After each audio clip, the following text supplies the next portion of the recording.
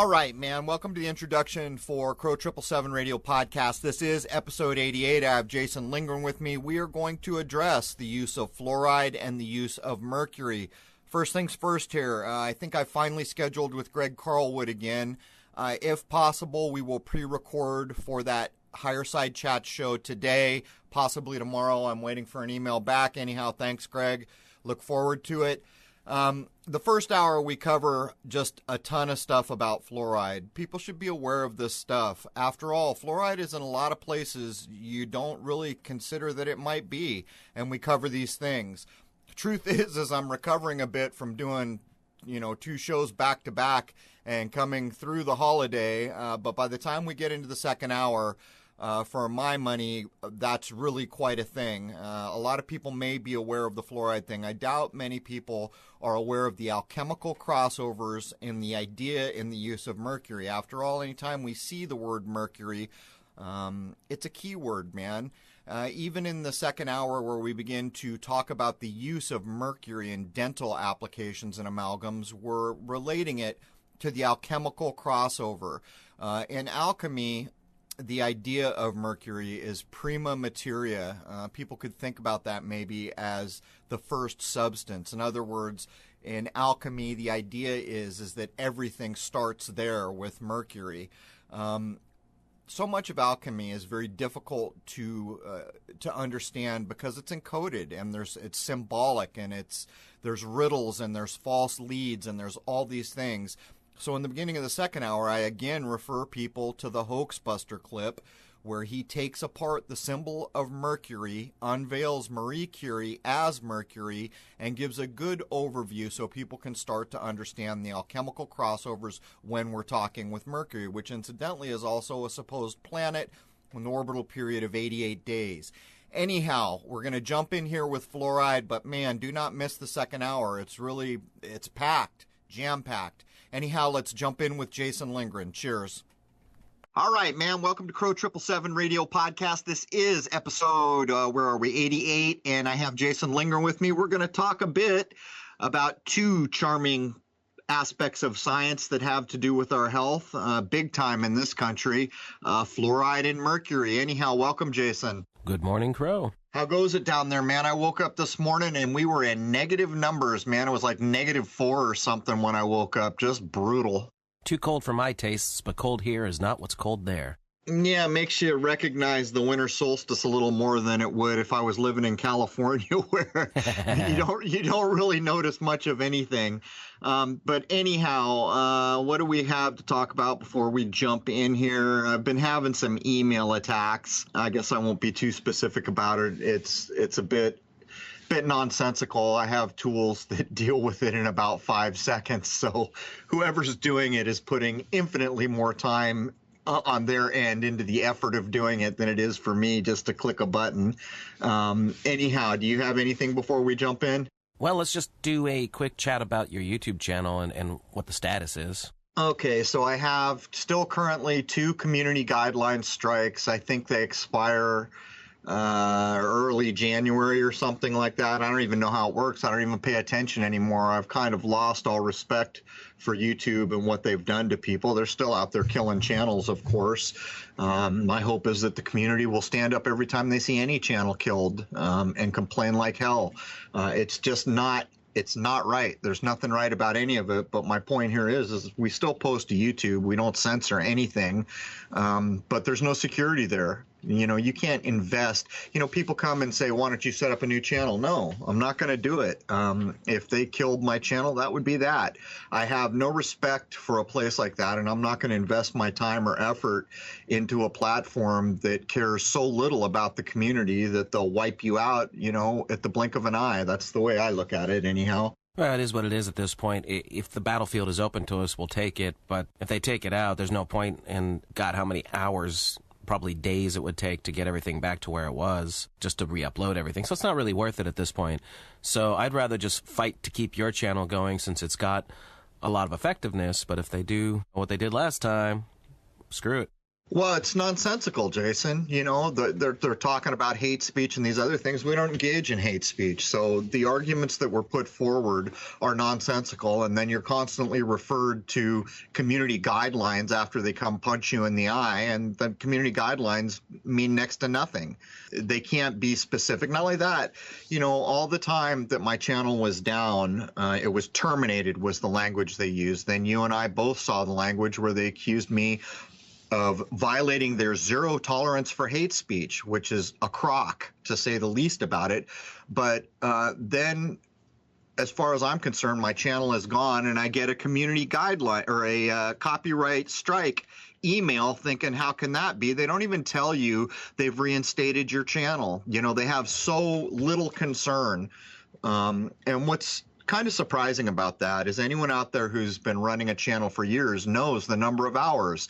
And for an overarching organization to have so little concern for the very users that make their platform feasible, it's beyond the pale. So for my part, yeah, well, we have it, we'll use it. We will not censor what we do. But if they want to play their games, I'm out. I will not contend with nonsense at that level, and I will speak against it on every platform I'm ever on. So there's that. Anyhow, anything else? Well, I think they jumped the gun on the hate speech accusations. That's where I'm putting my money. No one's really contacted you or I about getting on other shows, and you have 82,000 subscribers on your channel. People are listening to these free part ones, let alone on the website. So, folks, if you have any ideas, Crow hasn't been getting any other show contacts. Let's hear them, man.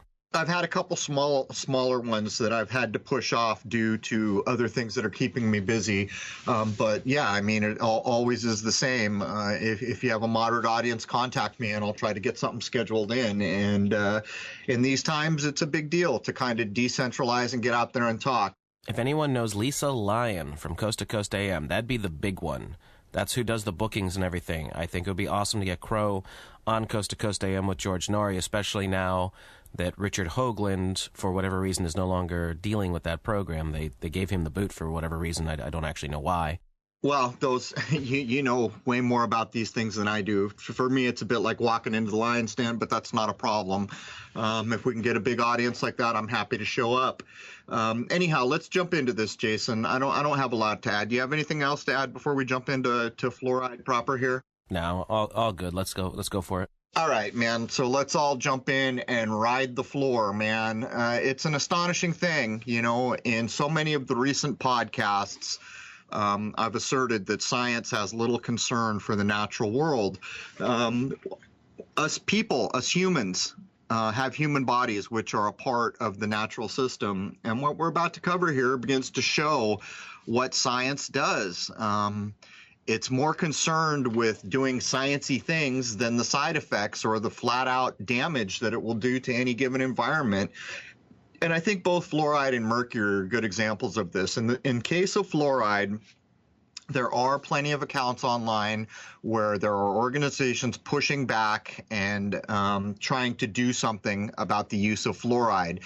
How far that will go, hard to know, but I do have a story from firsthand experience that I will tell about going to the dentist here in the state of Rhode Island, which differed greatly from what I experienced in California. Anyhow, without anything further, Jason, it's over to you. In regards to both fluoride and mercury being used in the medical and the dental professions, massive questions of morality and ethics have got to be brought to bear when the cold, hard scientific facts about both of these things are examined. It had been quite understood for decades just how dangerous both of these substances are to the human body, and yet their continued use is nothing more than an example of, I would say, heartless greed at the minimum and outright eugenics at the other end. Well, I guess I would take the other end, Jason. I think it's pretty clear that it was known from the outset. Part of the problem with covering these two things is I tried to get to the root of who, what, where, how, when, why they were initially implemented, and it was not an easy thing to go at, to the point where I didn't feel like I got anything worth talking about here in terms of how did this start? How did this possibly start? But in my view, malice is aforethought, and I will use this definition that I'm going to read as you make the statement that the mainstream wasn't so aware, which they weren't. But let me tell you something, science was. Here is the scientific definition for the terms of acute toxicity with regard to fluoride. In terms of acute toxicity, fluoride is more toxic than lead and slightly less toxic than arsenic. This is why fluoride has long been used in rodenticides, in other words, killing rodents, and pesticides to kill pests like rats and insects. It is also why accidents involving over-ingestion of fluoride dental products, including fluoride gels, fluoride supplements, and fluoridated water, can cause serious poisoning incidents, including death. And we've stated before on this show that even on a tube of toothpaste that is fluoridated, there are poison controls warning. But then we had a number of jokers show up that claim that that poison warning is for something else altogether in the toothpaste. And I don't think it really matters which way you want to go with this. You've got children in this world brushing their teeth with a product that they're putting in their mouth that has a poison alert right there, as if it was a pack of cigarettes right on the container. Anyhow, Jason. Now, fluoride is used extensively in the public drinking water supplies, primarily in the United States, with the unsubstantiated claim that it helps prevent cavities by binding to tooth enamel, with approximately 2/3 of the U.S. having fluoride added at an average concentration of 1 part per million. Water is fluoridated in 29 of the 30 largest cities. The exception is Portland, Oregon. For the 4th time since 1956, voters in Portland defeated a plan in 2012 to add fluoride to the public water supply. Water fluoridation is endorsed by the American Medical Association, the American Dental Association, and the CDC, which lists it as one of the top 10 most important public health measures of the 20th century. The CDC says that the level at which it is added to water, 1 part per million, is safe and effective. My biggest problem with any of that is that you cannot control dosage, let alone the massive spill-off that occurs from putting something in a public water supply. Well, there it is, Jason. You said exactly what I was going to say. Fluoride is apparently this magical thing where dosage doesn't matter. Even if you were going to take a simple example of someone who drank maybe a gallon of water a day to someone who only drank a glass of water today, the dosage of fluoride is vastly different in those two people. And that sets aside how large they might be, what their body weight may be, all these other things. But here again, we come back to the idea of science throwing the natural environment to the wind. Zero concern, because, and I'll get to this when we get there, I'll cover what happened in San Diego when they fluoridated the water. Basically what they're doing is pouring a byproduct of industrialization into the water, and they're calling it fluoride. But what they're doing is they're fluoridating all the fish, all the lizards, all the frogs, all the plants. Everything is getting fluoridated. And they state in a lot of places, fluoride's not so easy to get out of the water. For so many of us who were stuck in a place where the water is fluoridated and we want to get it out, we have to rely on reverse osmosis because we're told the molecule of fluoride is so small, it's not an easy thing to get it back out of the water. So here again, we have scientists dumping this stuff into water supplies and basically fluoridating everything that comes into contact to it. And the idea that the CDC backs this is a telling thing. There are plenty of documents online by professional organizations. If the CDC wanted to say we only listen to doctors, there are plenty out there that are demonstrating what fluoride does. Anyhow, Jason. Before we go any further, should we discuss what eugenics is? Tell you what, before we jump into eugenics, since we're right here at the fluoridation of water, let me tell the tale of what happened when they fluoridated San Diego's water, okay? Basically, they announced, and it wasn't that far in advance, that they were going to add fluoride to San Diego's water. So then on the news, the day that it was going to happen, or within 24-hour period of when they were about to start dumping this toxic substance, or what I consider personally to be a toxic substance, into the water, they had two people come on the news, on the local news that everyone watched. I think it's KUSI, one of the more popular stations for locals in San Diego. The first guy was was pro-fluoride, and he talked and talked and talked. Then they had the anti-fluoride guy come on, who basically said this is poison, you shouldn't do it, and he was cut off very quickly, did not get equal time, and then the other guy who was pro-fluoride finished off the conversation. That's what I saw. Within, I think, a 24-hour period, we were told that our water was then fluoridated. This is how it happened. And so when you consider the people of Portland, Oregon, clearly they must have had a pretty good forewarning and enough presence of mind. Who else knows what's politically at play when they fight off something like fluoridization? But here's another definition that I'm going to read real quickly before we go forward, Jason. Fluoride is a highly toxic substance. Consider, for example, the poison warning the FDA now requires on all fluoride toothpaste sold in the U.S., or the tens of millions of people throughout China and India now who suffer serious crippling bone disease from drinking water with highly elevated levels of fluoride. That was pulled from a scientific study. So there it is, man. The idea that the CDC is backing this and saying it's one of the most important public health measures, well, for what? It's not for the benefit of health, so what exactly are they backing here? Anyhow, back over to you, Jason. So, here's the straightforward definition of eugenics, for those of you who may not know. The study of or belief in the possibility of improving the qualities of the human species or a human population, especially by such means as discouraging reproduction by persons having genetic defects or presumed to have inheritable undesirable traits, which would be negative eugenics, or encouraging reproduction by persons presumed to have inheritable desirable traits, positive eugenics. Now, of course, this happened in the early 20th century and got a lot of negative press because of what Nazi Germany was doing. Yeah, this is going to play into, as we get down into it, I'm going to list some of the scientific studies that have shown where fluoride does damage to the human body. And the reproductive cycle is, in fact, listed there. But anyhow, let's outline a little bit about where fluoride is being used right now, because I think most people will be astonished when they hear what you're about to tell them. Most developed nations do not fluoridate their water. In Western Europe, for example, only 3% of the population consumes fluoridated water. While 25 countries have water fluoridation programs, 11 of these countries have less than 20% of their population consuming fluoridated water. Argentina, 19%. Guatemala, 13%, Panama, 15%, Papua New Guinea, 6%, Peru, 2%, Serbia, 3%, Spain, 11%, South Korea, 6%, the United Kingdom, 11%, and Vietnam, 4%. Only 11 countries in the world have more than 50% of their population drinking fluoridated water.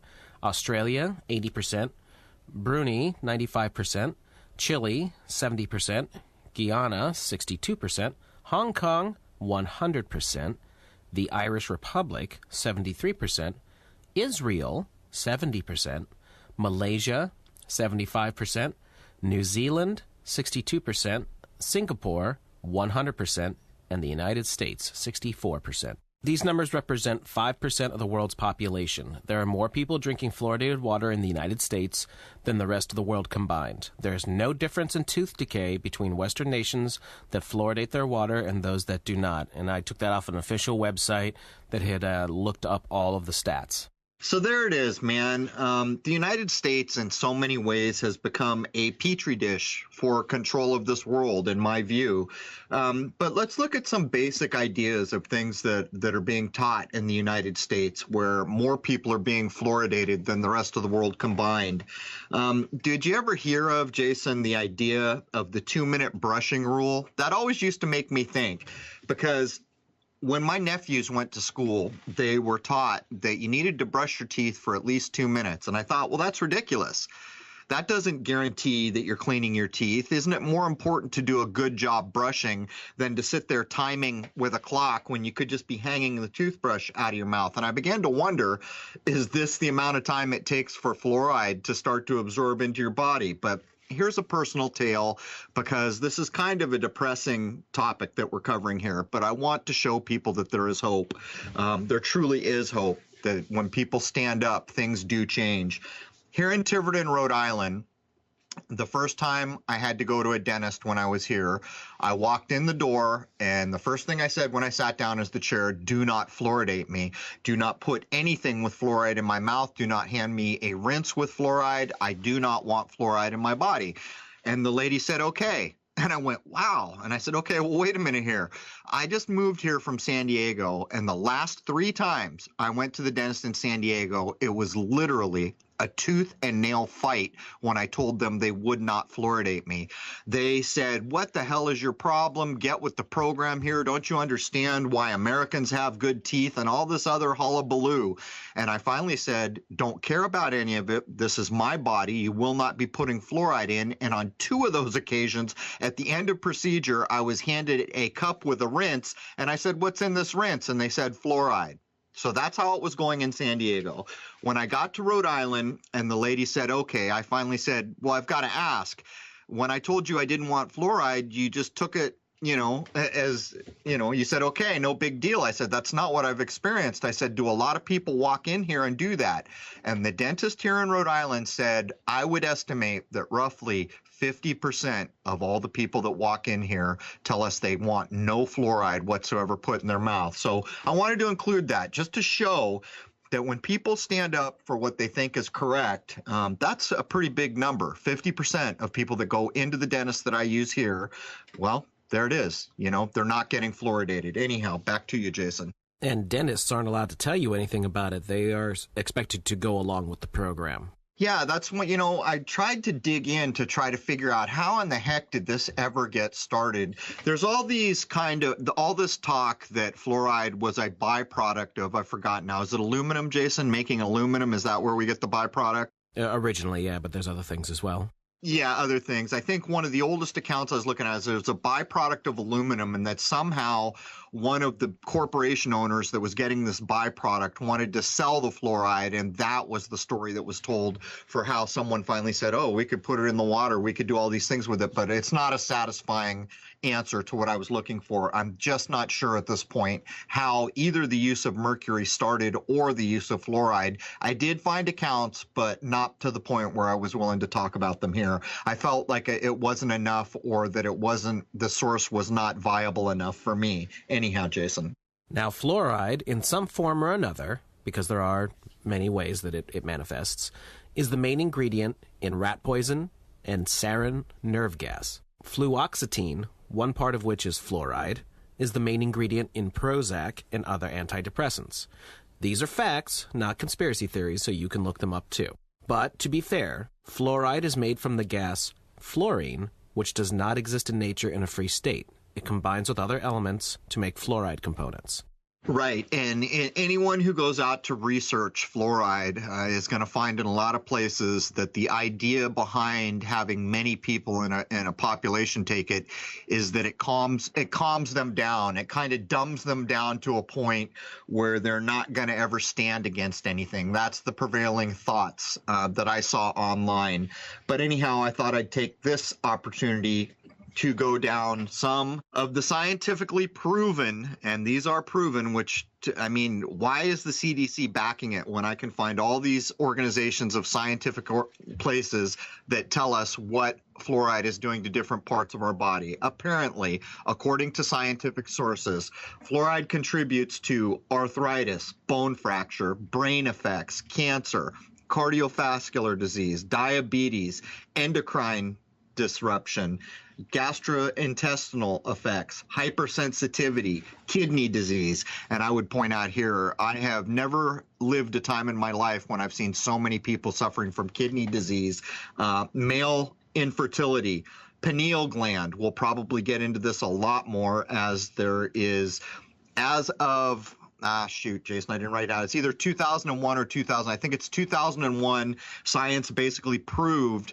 that some of the highest concentrations of fluoride are found in the pineal gland, that it calcifies the pineal gland being in the center of your brain between the 2 hemispheres and contributing to things like melatonin, which regulate your sleep or circadian cycle. And to finish this off, skeletal fluorosis and thyroid disease, and of course, acute toxicity. So these are all known side effects of toxic fluoride ingestion or ingesting enough fluoride to become toxic that are basically outlined by scientific organizations. These are not conspiracy theorist websites. Back to you, Jason. Well, I've got an even more extensive list that I took and compiled together from several places. Fluoride poisoning symptoms: arthritis, stiff, painful joints with or without swelling, painful feet in the morning. Asthma, especially after showering in chlorine-filtered water. Bony, painful lumps where tendons and ligaments attach to bones. Calcifications of connective tissue on X-ray, especially with pain and reduced range of motion. Chronic fatigue syndrome, especially if it persists when you spend time in a non-fluoridated city or switch to distilled water for drinking and cooking. Cold temperature below normal, feeling cold all the time, feeling cold soon after a hot bath or shower. Colic in bottle-fed babies or colic developing when breastfed babies start solids or are weaned. Dental fluorosis, and this is a big one you see, which is white or brown spots on the teeth. Diabetes, worsening symptoms. Diabetes insipidus, which is a kidney ailment. Excessive thirst, increased water consumption that does not relieve thirst. Dry throat and irritated eyes, and frequent dilute urine, especially at night, with normal blood sugar findings. Eyes, moving black spots. Fatigue, weakness, and brain fog after bathing or showering in chlorine-filtered water. Similar symptoms can occur from chlorine sensitivity. Fibromyalgia, severe muscle weakness and or pain with extremely sore spots on various bony areas. Food intolerances that seem to come and go. Gastrointestinal problems, irritable bowel, nausea, diarrhea without apparent cause, heartburn, and upper bowel pain, especially after drinking a full glass of water. Gum disease, irritated or bleeding gums despite good hygiene and diet. Gums heal when you use non-fluoridated toothpaste. Heart palpitations and increased heart rate without exertion. Kidney disease, worsening symptoms, or even kidney stones. Skin problems, hives, blisters, rash on stomach or back within an hour of drinking fluoridated water or after bathing or showering in chlorine-filtered water. Tea drinking causes upset stomach, gastric pain, heart palpitations, or the jitters, similar to strong coffee. Teeth, loosening or needing to be extracted despite good hygiene and diet. Thyroid diseases, underactive, which is hypothyroid, overactive, which is hyperthyroid or Graves' disease, goiter, and nodules. And as you mentioned, it didn't get put on this list, calcification of the pineal gland, which is just horrible. Right. And, you know, for so many people listening, and by the way, Jason, before we move on, we should point out that everything you just read here, these are from science and medical sources. These are not from conspiracy websites. This is from actual people in medical fields who are documenting the effects of fluoride. Well, I took that off of Poison Control Center's websites. That's where I got that from. Well, there you have it. So, you know, don't pay attention to what the left hand's doing. The CDC supports fluoridation as one of the most important health concerns in the modern age. And yet here they list all these things with their very same website.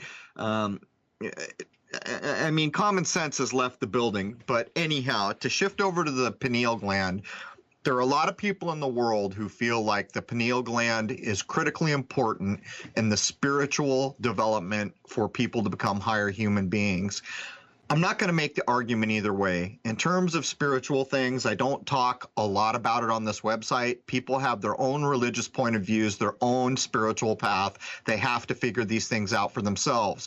I'm mentioning this because, in fact, I would estimate a huge portion of a spiritually based or a spiritually concerned community are convinced that a healthy functioning pineal gland is key in being able to become a higher human being. And it is well documented that since I think it's 2001, there was a female scientist, I've forgotten her name, sorry about that, who discovered that some of the highest concentrations of fluoride would occur at the pineal gland and cause calcification of said gland. Anyhow, back to you, Jason. People could also be fluoride intolerant. Toxicity, illness, or pain reactions from non-histamine response, or fluoride allergic, a histamine response from birth or from exposure and accumulation, which is acquired. They are the same problem with different routes of expression. Again, from poison control websites. Fluoride was originally being scientifically studied regarding bones and teeth in the 1800s, but no conclusive evidence was ever directly found regarding its exact percentage contained within the human body. Most of the time, it seems to be less than 2%, especially since the methods being used at the time very well could have been adding amounts of fluoride to the final results. So talk about part of the cluelessness, which this bullet point kind of acts like we're just not sure. I've had a number of people over at crow777radio.com talk about this in forums, pointing out that there's fluoride in a lot of places you are not aware of, like the idea of soda. The claim has been made there, and I have not tried to substantiate it. So anything I'm about to say here, you should substantiate for yourself. The idea at play is that there are many liquids that we drink that have used fluoridated water in the manufacture. In the thread that I was watching happen, sodas were cited. Other things that were cited is many types of bottled waters. For those who aren't aware, many of the bottled waters, you can look these up online, are simply tap water. They're literally bottling it straight out of the tap. So if they're in a place where that water is fluoridated, sometimes if you notice on bottled water, you will see that it is fluoridated on the label. Other times you will see no indication of fluoride, and yet the water, in fact, is fluoridated. And I just wanted to get that in, Jason. Well, this again comes back to you have no idea what dosage you're getting. If 60% of the United States water supply is fluoridated, then the Coca-Cola plant down the road, if it happens to be in one that has a fluoridated facility, they're going to make Coca-Cola with the damned fluoridated water. And this is just something that, if you think about it, extrapolate that concept over and over and over again all over the place. I mean, even aspirin has a dosage level, so what you're saying here is absolutely spot on. How is it that we can have a not occurring naturally in nature substance called fluoride that is unregulated in terms of how much you can ingest? And that's not wholly true, because I did find places that listed what's an acceptable amount of fluoride to be ingested. But these are from places like the CDC, and the CDC is sitting here telling us that this is one of the greatest things in the modern age for cultural health in certain parts of the world. And at the same time, on their very website, they tell you all the toxicity problems that are associated with fluoride. But in what world is there a substance put into things that everyone consumes where there is no dosage concern? Apparently, fluoride is that, whatever the hell you want to call it, that substance.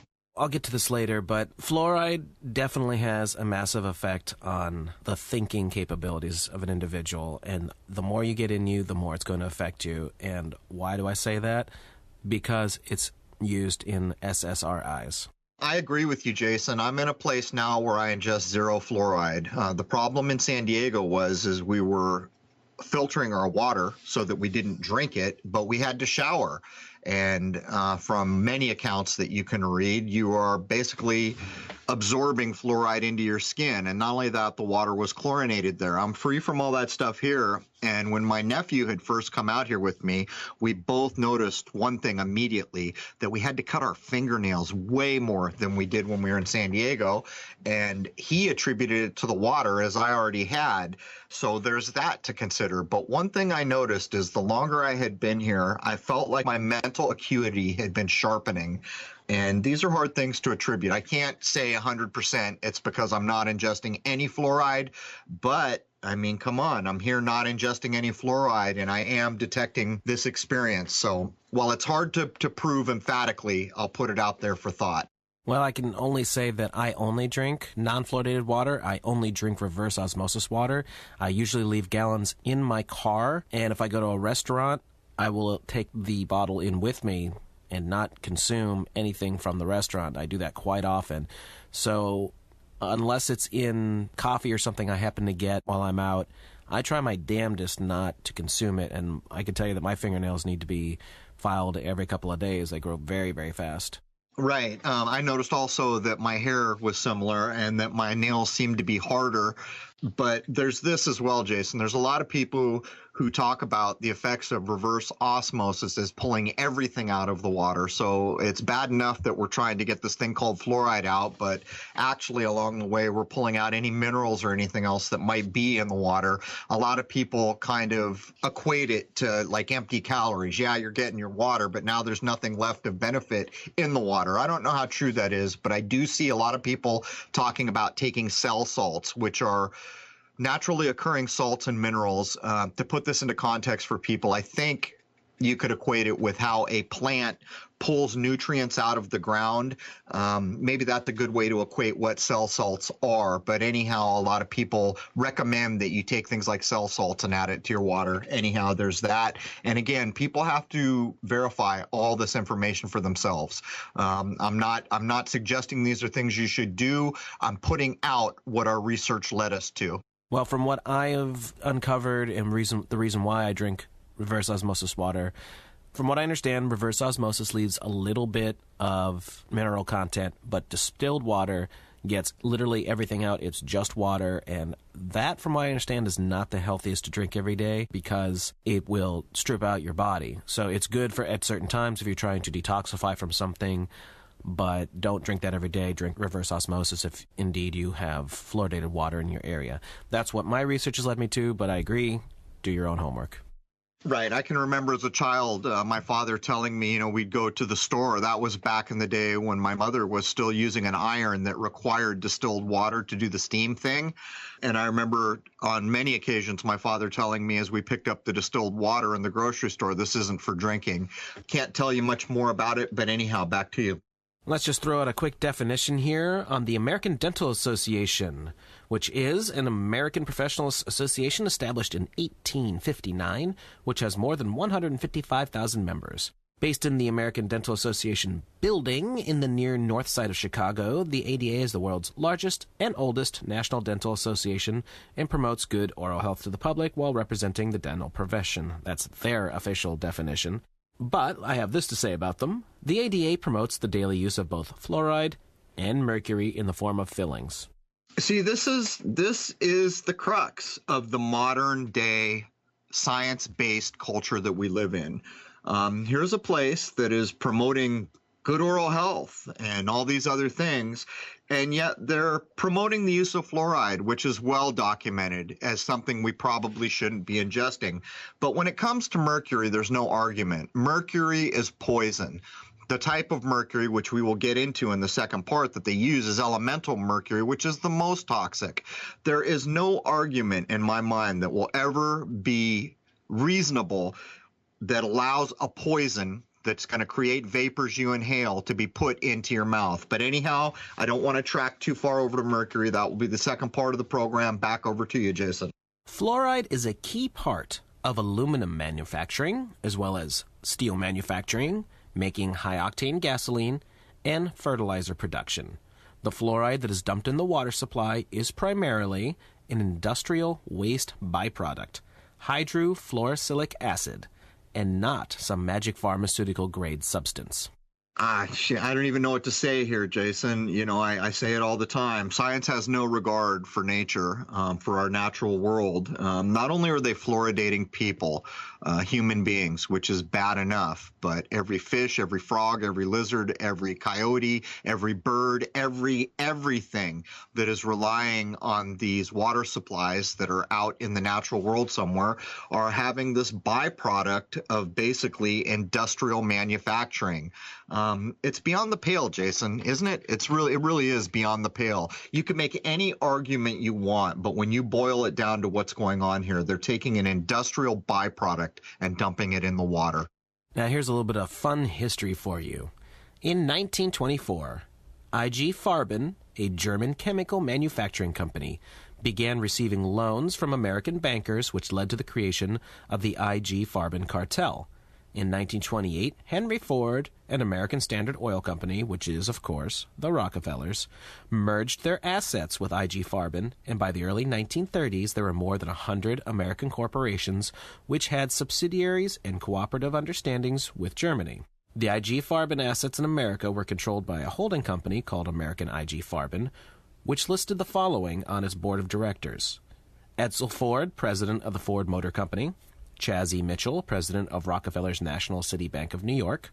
Walter Teagle, president of Standard Oil New York. Paul Warburg, chairman of the Federal Reserve and brother of Max Warburg, financier of Germany's war effort. Hermann Metz, a director of the Bank of Manhattan, controlled by the Warburgs, and a number of other members, 3 of which were tried and convicted as German war criminals for their crimes against humanity involving World War II and Nazi Germany. In 1939, under the Alted Agreement, the American Aluminum Company, Alcoa, then the world's largest producer of sodium fluoride, and the Dow Chemical Company transferred its technology to Germany. Colgate, Kellogg, DuPont, and many other companies eventually signed cartel agreements with IG Farben, creating a powerful lobby group who became known as the Fluoride Mafia. So it looks to me, Jason, that you're coming as close as we can come to the, how, when, why of this. I went at it a bunch of ways, but this bullet point that you have outlined here really begins to show that we're looking at the banksters, the car companies, the Federal Reserve, the oil companies, as the people who started what's being called the fluoride mafia. It's quite a thing, Jason. It's quite a thing. And this tells us something about the CDC, doesn't it? If the CDC is still standing up to say that, yeah, we back fluoride, what does that tell us? What does that tell us? There's plenty of medical and scientific information out there. Even a union of scientists as late as 2006 who are saying the risk is not worth it to fluoridate water supplies. That's as recent as 2006. So it's a hell of a thing, Jason. Now, here should be a good refresher course for any of our regular listeners. In the 1930s, Edward Bernays was the public relations advisor to the Aluminum Company of America. Alcoa's principal attorney, Oscar Ewing, went on to serve in the Harry Truman administration from 1947 to 1952 as head of the Federal Security Agency, which the Public Health Service was a part of. In this position, Ewing authorized water fluoridation for the entire country in 1950 and enlisted Bernays' services to promote water fluoridation to the public. The campaign to fluoridate the nation's water supplies took place primarily in individual cities and townships, which meant a sophisticated propaganda campaign to persuade local officials to proactively support fluoridation that had to be put into place. Bernays recognized New York City as the foremost battleground and a particularly valuable tactical prize given the prevalence of liberal media outlets. Once the New York press was all abuzz about the city's prospective fluoridation, other municipalities would be more easily persuaded to jump aboard the fluoride ship. Bernays recalled the fluoridation campaign in which he was involved as merely another assignment. The PR wizard specialized in promoting new ideas and products to the public by stressing a claimed health benefit, explains journalist Christopher Bryson, who interviewed Bernays on the fluoride campaign in the year 1993. You can get practically any ideas accepted, Bernays told me, chuckling. If doctors are in favor, the public is willing to accept it because a doctor is an authority to most people, regardless of how much he knows or doesn't know. By the law of averages, you can usually find an individual in any field who will be willing to accept new ideas, and the new ideas then infiltrate the others who haven't accepted it. Holy smokes, Jason. I would ask this question based on the past episodes that you mentioned on the way into this. At what point do we start calling Bernays the father of our country? I mean, really, man, really, is there anything this guy didn't have his hands in? And here again with Alcoa and the production of fluoride and actually getting it implemented, I guess you're pointing to New York City as the first place here, right? Yes. Unreal. Go ahead, man.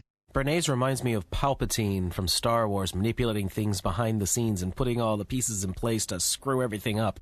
Yeah, I don't understand, how we get people like this, how they just have zero concern for their fellow man and fellow woman. He's saying this is just another campaign. That's all it is to me. It's unreal. It's almost like these people are never going to have kids or relatives or people they care about. I mean, it's unreal when you look at what's gone on here. And again, we see the highest reaches of power implementing this. Well, why is that? I would ask, why is that? Anyhow, back to you. The research science, put that in quotations, done to support fluoridation in public water supplies was underwritten by the following companies, none of which were minuscule in nature at the time. The Aluminum Company of America, Alcoa, Aluminum Company of Canada, American Petroleum Institute, DuPont, Kaiser Aluminum, Reynolds Steel, U.S. Steel, and the National Institute of Dental Research. Wow. It's kind of like the who's who of big corporations back in the day, isn't it? They've even got DuPont in there. But what's funny is you list a bunch of industrial corporations, and at the end of that, the National Institute for Dental Research. So you can kind of see how this was implemented. To me, the biggest question mark here is how in the hell did all these people go through dental school, get shown to put things like mercury in someone's mouth where everyone knew mercury was poison? How did that become acceptable? And it comes back to the same old idea that's kind of echoed in the what's that document, the Something of Zion, Jason? Do you remember? The Protocols of Zion?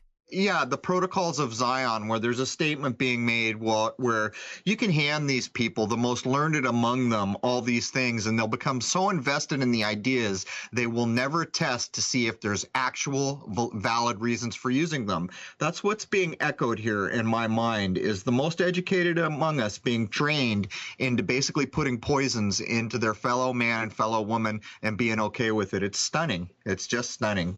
Well, looking at that list, all I have to say about that is, cui bono?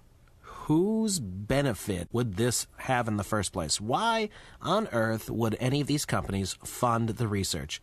Because they were making the shit, that's why, and they wanted to get rid of it, because it was a leftover toxic product that they would have had to spend $1 zillion to deal with, unless they found something to do with it. Every place you just listed is making the byproduct fluoride, except for the one that's last in the list, but that's where it gets implemented, the National Institute of Dental Research, where they're going to insert the idea that fluoride is good for your teeth. But anyhow, man, let's keep trudging down this mucky trail. Now, one of the things I've heard a lot is that Nazi Germany and also the Communist Soviet Union would dump fluoride into concentration camp water to make the prisoners docile. I tried for a while last night while finishing up my notes to see if there was any direct evidence of that, and I couldn't find it. So I want to be honest about that. That's one of those things that maybe it is a myth or a conspiracy theory or whatever you want to call it. However, I have this to say about it. Fluoride is, in one of its forms, massively used in antidepressants and SSRIs and all that. So if it has an effect on the brain, whether or not it was used back in the 20th century is irrelevant, because it does, in fact, have an effect on the brain. It will make people docile. Right. I think we can demonstrate it because it does show up in things like Prozac. And so I think it's scientifically documented that it will make populations or the users of certain drugs that contain these things docile. For my money, Jason, the whole online idea that it was used in Germany and the Soviet Union concentration camps, I think that's confusion being added into things. I really do. And of course, you know where I stand.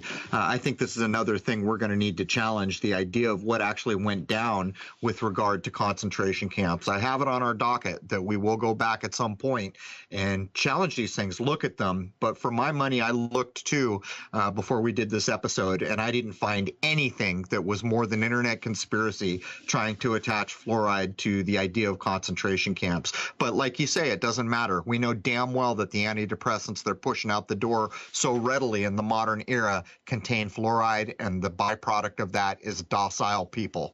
There are various articles floating around the internet discussing that large amounts of fluoride were used for the manufacture of weapons-grade uranium and plutonium for the A-bomb during the Manhattan Project. These articles state that the fluoride was the major health risk factor during this time, and that they intentionally skewed evidence that low levels of fluoride exposure was safe for humans as opposed to being incredibly toxic. So everyone here listening probably knows my view of nukes. They don't exist. Nuclear weapons do not exist in the way they've been described to you. So when I begin to see fluoride mixed up in the whole tale of the Manhattan Project and the supposed making of a nuclear weapon that could destroy the world, I think, again, you're just looking at confusion and conspiracy being piled into a thing to muddy up the waters in case people like Jason and I may come along later and say, hey, guess what? what, folks? Look at all this scientific documentation that says fluoride is not good for you. And by the way, look that the CDC is still pushing it out. And by the way, look at the ADA and the dental associations are still backing the use of what's basically a toxin. For my money, this bullet point is nonsense piled on nonsense, Jason. Well, it doesn't matter. We know that fluoride is toxic. That's right. That's the straight. It doesn't matter where it came from or who said what way back 100 years ago. We know that it's toxic. There's absolutely no doubt of that. So what else is there? People can throw out crazy conspiracies and attach it to other nonsense, but it's really irrelevant. Right. I think it's the idea of just always introducing confusion and misinformation that helps protect the initial nonsense that's going on. In other words, when people begin to wake up that there's this ill-conceived thing in society that they want to do something about, quite often what we find is this kind of a tactic where they start to mix it into nonsensical things or bigger overarching ideas, and then they attach it to the kind of conspiracy mindset so that it's more easily fended off when people come to bear demanding that they're treated in a better way, basically.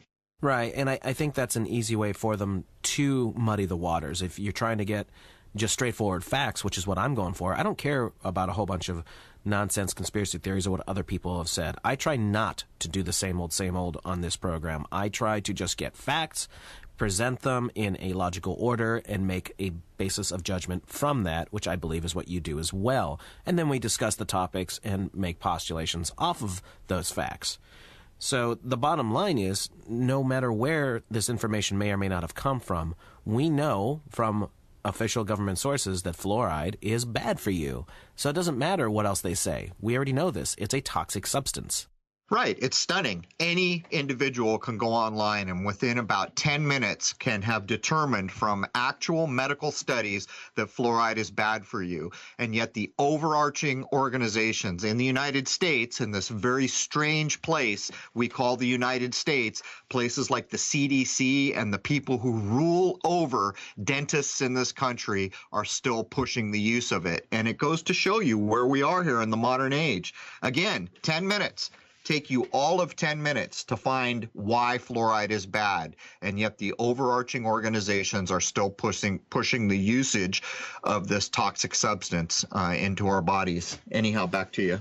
Now, since fluoridated water is so common, as we discussed earlier, the dosages a person could consume, especially in the United States, could be nearly incalculable, seeing as how it could and probably is used in all manner of manufactured foods, beverages, and even in the fruits and vegetables and grains that would be consumed, and not just in the water that any individual might consume. And why is that? Because it's in the water supply where these things are manufactured or grown. To me, this is the scariest part of fluoride, because we're told it's a molecule that's so small. There's not a lot of ways to get it back out of the water, but if that's in fact a true thing, and we have every reason to believe it is because we have to use reverse osmosis to get the fluoride out of the water, think of all the places. Everything that is grown and watered with fluoridated water, guess what? It has fluoride in it. Every beverage that you might drink, everything, when you start to think about it, if it's coming from a source where the water supply in that area is fluoridated, then the chances are the product could be fluoridated. And as Jason points out here, man, to try to figure out what the dosage would even be for any given area, it's incalculable. How would you ever do it short of testing someone's body in some way? Anyhow, man, we're getting close to the top of the hour. Is there anything more you want to get in on fluoride before we jump over to mercury? Well, there's two other things here. Most of the studies that I saw had massive implications that any benefits, if there are any from fluoride, would be topical, meaning applied directly to the teeth, not ingested. The nonsense they spew out is that you're drinking the water and it's getting on your teeth as it's going in your mouth and on down. That just sounds like a pile of rubbish right off the bat. The second thing I want to point out is, since 1997, the FDA requires all fluoride toothpaste sold in the United States to carry the following warning. Warning! Keep out of reach of children under 6 years of age. If you accidentally swallow more than used for brushing, seek professional help or call a poison control center immediately. Yeah, so call the CDC, who's backing the use of fluoride. But as we close out hour 1 on fluoride and prep up to get into hour 2, mercury, which is, my word, mercury is a hell of a thing to be putting into people's bodies. But when I was a child, we used to leave San Diego and for the summertime, because my father was a college professor, come to the East Coast. And my dentist at the time, he was a German man, I remember him well, would send my mother to the East Coast with these little minty flavored pills that were fluoride, which we were supposed to take 1 a day. And while we didn't, there were many of, we didn't use it regularly, and pretty soon it just got forgotten about and nobody did it. There were plenty of times when I remember, as being a young child, being handed that fluoride tablet to take. Anyhow, Jason, anything you want to sum up on fluoride before we jump over and prep for the second hour to cover mercury? I also remember some sort of fluoride chews or tablets or something they gave out in kits when I was in grade school. And I remember I tried it once, and it made me very sick to my stomach. And no one else in my family tried to push it on me, so I just didn't take them after that. So that tells you everything right there, I think. Well, luckily, when I was young, I'd leave the house in the morning and I'd come back when it was dark. I'd be out on boats or swimming or hiking or doing something all day. So, I can't remember exactly how much of that stuff I took. But, just in closing here, what a crazy, crazy thing. We can all look up online why fluoride is a toxic substance we shouldn't be ingesting. We can read a litany of studies of all the bad things it contributes to in human health. And yet on every fluoridated toothpaste tube, it tells you to call a poison control center. The head of all poison control centers is the CDC. The CDC is still pushing a valid use for fluoride in the modern age. What a strange country we live in, man. What a strange country. Anyhow, Jason, one last chance. Anything you want to add before I close it down? Please don't use fluoride. And while these are only the points of views and the opinions of the makers of this radio show, but I think it's good advice, Jason. But every person, in fact, has to go find out if the things we've said here have value. They should challenge everything we've said. The things we have said here are not for believing, are not for accepting, are not for regurgitating. You need to challenge the information we lay down here. And while I will back everything we've said, again, from my point of view and Jason's point of view, there is no way in heck people should be ingesting fluoride. You do, in fact, need to go to discover that for yourself to see if it's a true thing for you. Anyhow, that brings us to the top of the first hour for episode 88, Crow 777 Radio Podcast, covering fluoride. Jason and I are going to prep up, and we're going to come back from the alchemical corners of the universe and cover the use of mercury, of all things, a known poison in much of the dental work that still goes on in this world. Anyhow, there it is, man. Cheers.